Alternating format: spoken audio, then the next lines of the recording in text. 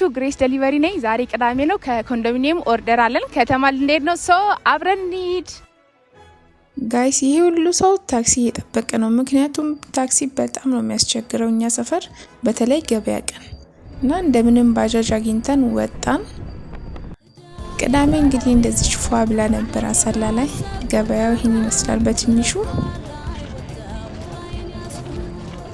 ከዛ ወደ ሰላጣ ሄድን፣ ሰላጣ ገዛን። ከዛ ወደ ፍራፍሬ። አያምሩም በእናታችሁ ከዛ ሳር ነበር የሚቀረው፣ ሳር ገዛ።